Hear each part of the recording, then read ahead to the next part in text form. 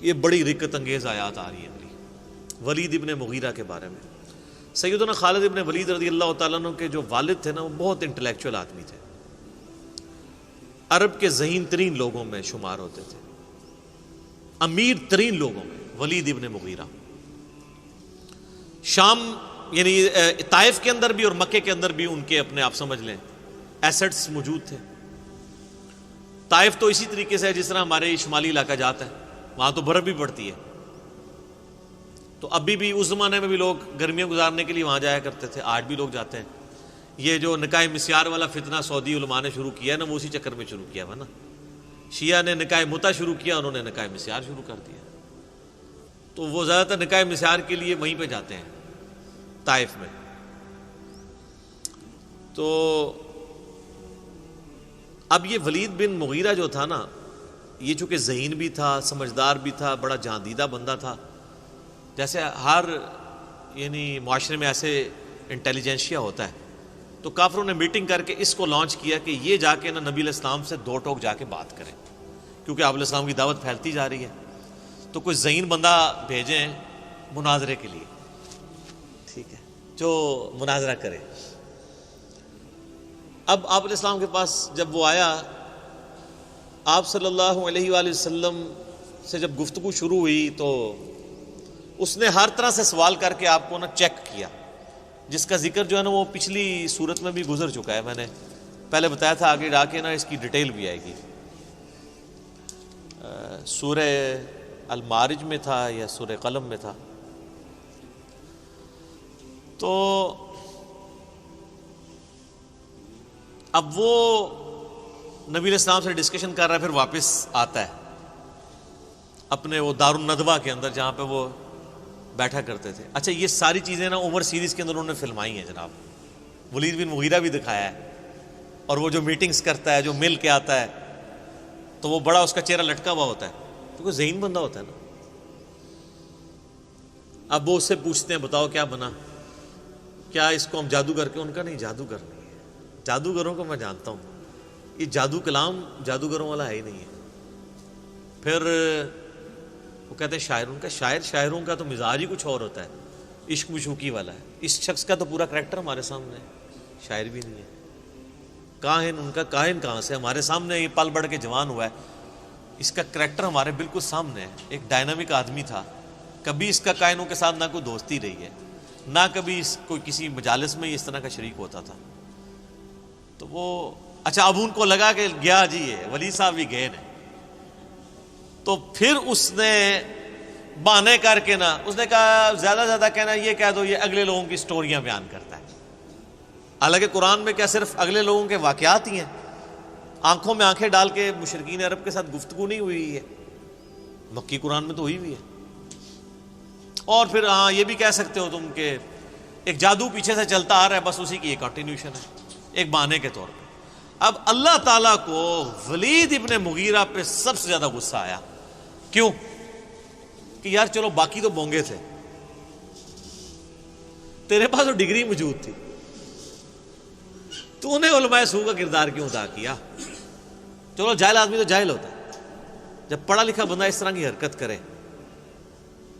تو اس پہ پھر غصہ زیادہ آتا ہے۔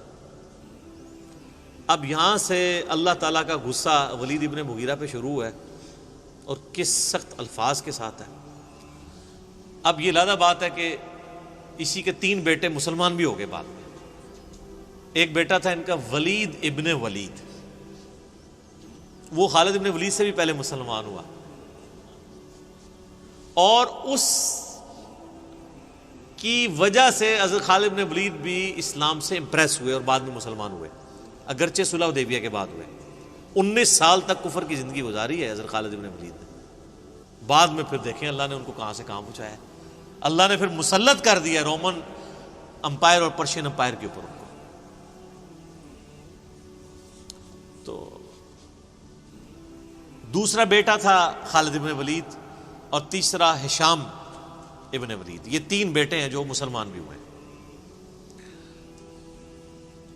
عمر سیریز کے اندر انہوں نے یہ سین بھی فلمایا ہے، جب خالد بن ولید مسلمان ہوئے نا تو کافروں نے اب ان کو تانا دینا شروع کر دیا کہ اس نے وہ دین قبول کر لیا ہے جس کی جو ٹیکسٹ بک ہے اس میں اس کے باپ کے بارے میں اتنی سخت باتیں موجود ہیں، تو یہ کیسے تلاوت کرے گا ان آیات کی؟ تو سیدنا سالم جو بخاری مسلم میں آتا ہے 4 بندوں سے قرآن سیکھو، ان میں سے ایک ابن مسعود بھی ہیں، ابی ابن کعب بھی ہیں اور سالم بھی ہیں۔ یہ یعنی ینگ سے نوجوان تھے، ان کے پاس حضرت خالد بن ولید آتے ہیں اور کہتے ہیں مجھے قرآن سکھاؤ۔ یار اسلام بڑوں بڑوں کی اکڑ توڑ دیتا ہے، یہ عرب کے لوگ یہ غلاموں کو تو جوتی کے برابر نہیں سمجھتے تھے، اور کدھر اسلام ہے کہ وہ ایک غلام زادے سے کہہ رہے ہیں کہ مجھے یار قرآن سکھاؤ۔ تو انہوں نے کہا ٹھیک ہے، ان کا سب سے پہلے مجھے وہ آیات سکھاؤ جو میرے باپ کے بارے میں نازل ہوئی۔ ہائے ہائے ہائے، سر کتنا جگرا چاہیے، اور وہ انہوں نے جو سین فلمایا ہے نا، وہ بندے کے آنسو نہیں رکتے۔ آپ اگر عمر سیریز میں وہ دیکھ لیں کہ کیا کیفیت ان کے اوپر طاری ہوتی ہے، کتنا ان کو پسینہ طاری ہو جاتا ہے۔ یار آپ ذرا امیجن کریں نا کہ ہم میں سے کسی کے ماں باپ کے بارے میں قرآن میں آیات ہوں کہ اللہ تعالیٰ فرمائے کہ اس کو ہم عنقریب دوزخ کے اندر جھونکیں گے جہاں وہ نہ زندوں میں ہوگا نہ مردوں میں، اور یہ کہنے والا اس کائنات کا مالک ہو جس کے اوپر کسی کی دھونس نہ چل سکتی ہو، جس کا فیصلہ کوئی ریورٹ نہ کر سکتا ہو، تو اس بندے کی کیا کیفیت ہوگی۔ اب وہ آیات شروع ہو رہی ہیں، اب آپ کو ان آیات کے اندر درد جو محسوس ہوگا نا، وہ اس ساری گفتگو کے بعد آپ فیل کریں گے اس کو۔ ذرنی ومن خلقت وحیدا، اے نبی چھوڑ دیں اس کو جس کو ہم نے اکیلا پیدا کیا تھا، یعنی یہ اکیلا پیدا ہوا تھا، لیکن اس کی آج یہ جرت سورۃ القلم میں آتا ہے نا اس کے بارے میں، اکیلا تھا اور اللہ نے اس کو اتنا نوازا۔ کیسے؟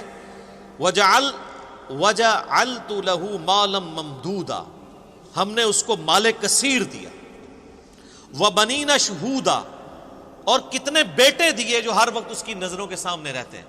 قبائلی سسٹم میں بیٹوں کی بڑی اہمیت ہوتی تھی نا، جس کے جتنے 5 بیٹے تھے اس کے، تو وہ بڑا ایک سمجھا جاتا تھا کہ جناب یہ بڑی مضبوط بندہ ہے۔ اللہ فرماتا ہے اکیلا پیدا ہوا تھا، اتنا کمزور تھا، میں نے اسے اتنا مال دیا، عرب کا امیر ترین شخص یہ بن گیا، میں نے اس کی آنکھوں کے سامنے رہنے والے اس کو بڑے یعنی بیٹے دیے، 5 بیٹے۔ وَمَهَّدتُّ لَهُ تَمْهِيدًا، اور ہم نے اسے ہر طرح کا دنیا کا سامان عطا فرمایا تھا۔ ثُمَّ يَطْمَعُ أَنْ أَزِيدَ، پھر بھی وہ طمع رکھتا ہے کہ ہم اسے مزید دیں۔ دوسری طرف تو ظاہر ہے کہ وہ تو بخاری مسلم کی حدیث ہے، کسی کے پاس سونے کی 2 وادیاں ہونا تو وہ کہے گا میرے پاس تیسری آ جائے، اس کا پیٹ تو قبر کی مٹی بھرے گی۔ تو یہ تو انسان میں بلٹ ان ایک ہے۔ کلا، ہرگز نہیں، یہ وہی ہے نا، انہ کان لآیاتنا عنیدا، یہ ہماری آیات کا سخت دشمن ہے۔ سأرہقہ صعودا، میں عنقریب اسے مجبور کروں گا کہ یہ وہ کٹھن چڑھائی چڑھے، یعنی دوزخ کے اندر۔ آپ کو پتا دوزخ میں چند عذابات یہ بھی ہیں کہ پہاڑ کے اوپر چڑھایا جائے گا۔ سخت گرمیوں میں سر سیڑھیاں چڑھنا مشکل ہو جاتی ہیں، اور اگر کسی کو یہ سزا دے دی جائے کہ سخت گرمیوں میں اس نے 2-3 کلومیٹر اونچا پہاڑ سر کرنا ہے، تو یہ کتنا بڑا عذاب ہے۔ عنقریب ہم اسے چڑھائی پہ چڑھائیں گے۔ انہ فکر وقدر، بے شک اس نے غور کیا اور ایک دماغ سے کوئی بات طے کر لی۔ فقتل کیف قدر، اس پہ پھٹکار ہو اس نے کیسا دماغ لڑایا اپنا۔ ثم قتل کیف قدر، پھر اس پہ پھٹکار ہو اللہ کی طرف سے، یہ برباد ہو جائے، اس نے کیسی بری بات سوچی۔ یعنی اس کے دل نے بھی گواہی دے دی تھی کہ یہ پیغمبر ہے، پھر بھی اس نے جان بوجھ کے اپنی چودراہٹ قائم رکھنے کے لیے کیسے دماغ میں پلان تیار کیے۔ ثم نظر، پھر اس نے نظر اٹھا کے دیکھی۔ ثم عبس وبصر، اس کے بعد اس نے تیوری چڑھائی اور ترش رو ہوا۔ ثم ادبر واستکبر، پھر اس نے پیٹھ پھیری اور غرور کیا۔ یہ اس کی ساری ایکٹنگ جو کچھ اس نے کی ہے نا اس مجلس کے اندر، یہ سے آپ کو پتہ ہی ہے نا، یہ نعت خوان بھی جو بڑے بڑے ہوتے ہیں نا، ان کو بھی آپ دیکھیں اسپیکر میں آ کے تھوڑی تھوڑی دیر بعد کر رہے ہوتے ہیں، کبھی کچھ نکال رہے ہوتے ہیں کہ اپنا تھوڑا روب ڈالنے کے لیے۔ علماء کے ہاں بھی آپ کو نظر آئے گا جو بڑے بڑے ہیں نا، ان کی خاص قسم کے وہ ذرا سا ایسے کرتے ہیں تو ایک ساتھ بندہ رومال لے کے آ جاتا ہے، ٹھیک ہے نا، تھوڑی ایکٹنگ اور پھر تھوڑا سا کتاب پڑھی ہے تو وہ اینک تھوڑی سی ایسے کر لی ہے، ایسے کر کے سائڈ پہ کر لی ہے، پھر ایسے کر کے ایسے یہ جو سٹائل ہوتے ہیں نا صرف اپنا علمی روب جھاڑنے کے لیے، یہ سارے کام وہ بھی کر رہا تھا تو اللہ تعالیٰ نے اس کو نقل کیا ہے کہ کبھی یوں کرتا ہے، یوں دیکھتا ہے، جیسے بڑا فلاسفر ہے ان کو بڑی وڈی گال کر لگا ہے، وہ کڈی کے گال ہے انہیں وہ دیکھ لو تسی۔ فقال ان ھذا الا سحر یؤثر، ہاں یہ کہہ سکتے ہو یہ جادو ہے جو پچھڑوں سے چلتا آ رہا ہے، ان ھذا الا قول البشر، یہ تو نہیں ہے مگر ایک انسان کا ہی کلام ہے۔ سأصلیہ سقر، ان قریب میں اسے جہنم میں جھونکوں گا، وما ادراک ما سقر، تمہیں کیا سمجھ یہ جہنم کیا ہے، یہ جہنم کی آگ کیسی ہے، لا تبقی ولا تذر، نہ باقی رکھے اور نہ ہی چھوڑے، قرآن میں آتا ہے ثم لا يموت فیہا ولا یحیا، نہ وہاں کوئی زندوں میں ہوگا پھر نہ مردوں میں۔ سورہ فرقان میں آتا ہے آج ایک موت نہیں کئی موتیں مانگو، وہ کافر کہیں گے اللہ موت آ جائے جان ہی چھوڑ دے، لیکن موت نہیں آئے گی۔ اللہم اجرنا من النار، اللہم اجرنا من النار، اللہم اجرنا من النار، آمین۔ اللہم من احییتہ منا فاحیہ علی الاسلام ومن توفیتہ منا فتوفہ علی الایمان۔